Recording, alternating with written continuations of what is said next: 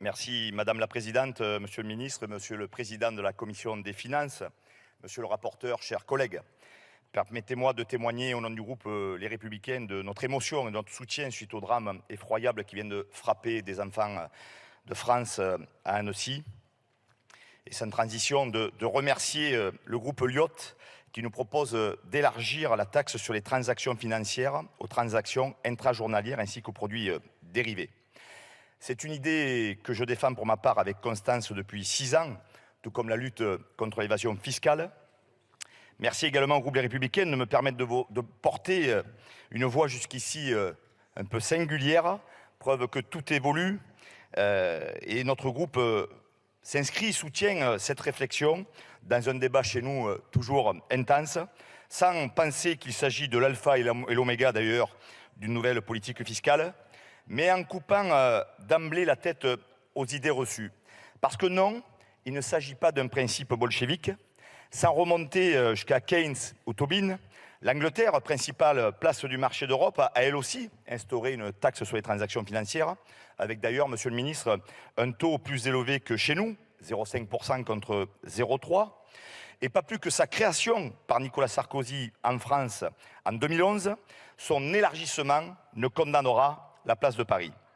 Disons-nous-le clairement une fois pour toutes, en France, en Italie, en Espagne, en Suisse, à Hong Kong ou à Taïwan, son application a peu d'impact finalement sur les marchés dans la trentaine de pays qui l'ont appliquée.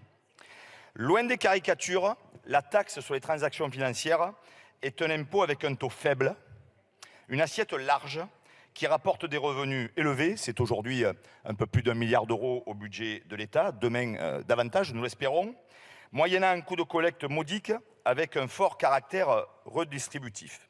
Nous défendons donc ici un principe simple, efficace et juste. Et de la même façon que chacun paie une TVA lorsqu'il achète un bien, quelqu'un qui achète des actions, des produits dérivés ou réalise des transactions intrajournalières doit lui aussi s'acquitter d'une contribution et participer ainsi à la solidarité nationale.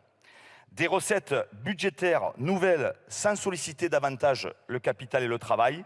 Dans le contexte actuel, il me semble que cette proposition devrait tous nous rassembler. D'autant plus que, cela a été dit par le rapporteur, nous débattons là des produits financiers les plus spéculatifs qui ne sont pas taxés à la même hauteur que l'achat d'actions standards.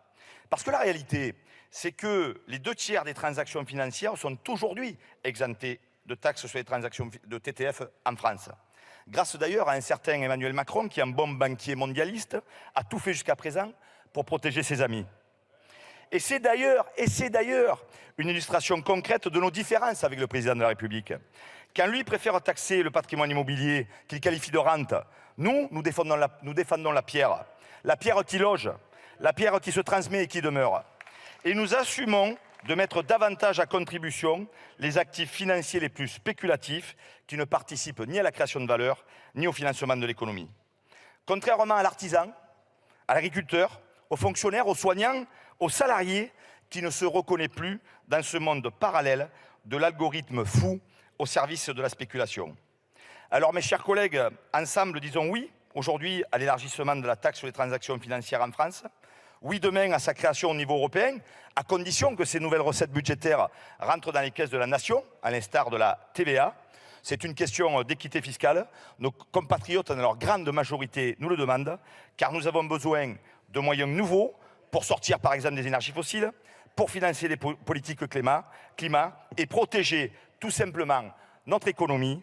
Et tout cela, mes chers collègues, pour une fois, sans toucher au portefeuille de monsieur et madame tout le monde. Je vous remercie.